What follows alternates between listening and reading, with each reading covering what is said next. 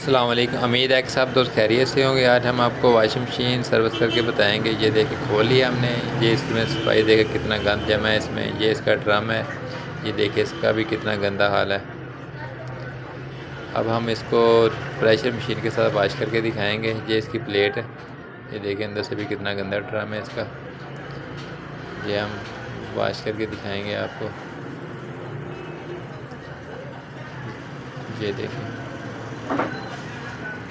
ये देखें बिल्कुल न्यू जैसे निकला है नीचे से।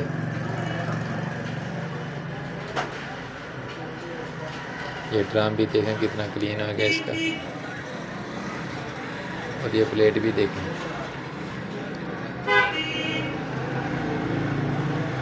सफाई के लिहाज से एक दफ़ा तो इसको हमने न्यू बना दिया है। ये देखें।